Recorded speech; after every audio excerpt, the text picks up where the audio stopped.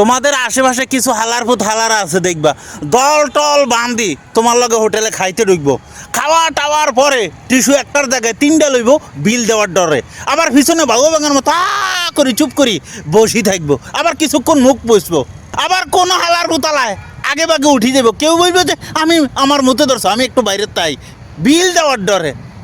এরপর যখন 1 ঘন্টা পরে তুমি বিল দিতে যাইবা, পিছনের হালার ভূত হালারা এক একটা বলবে দোস্ত আমি দেই, দোস্ত আমি দেই। তোমার বিল দেওয়ার পরে আবার জিতে আগে মুততে গেছে, হিতে তোরা কিনলেই দিলি আমি দিতাম।